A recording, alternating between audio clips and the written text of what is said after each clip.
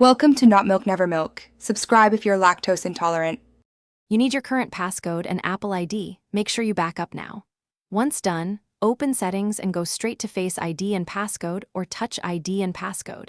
Enter your passcode when prompted. This authenticates the change.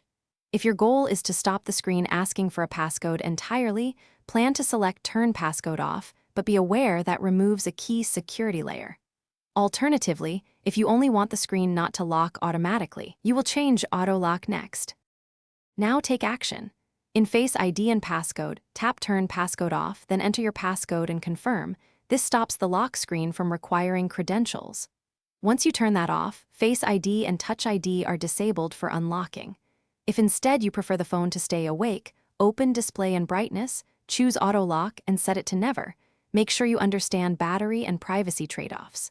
Either method changes how and when the lock screen engages. Pick the one that fits your safety needs. Finish by locking your iPhone and testing behavior. Unlock to verify the passcode or auto lock changes took effect. If Turn Passcode Off is grayed out, make sure Apple Pay is disabled and there is no MDM or configuration profile enforcing a passcode. Remove profiles in Settings, right arrow General, right arrow VPN, and Device Management if permitted. If you still can't change it, sign into iCloud to check Find My or contact your organization. These restrictions.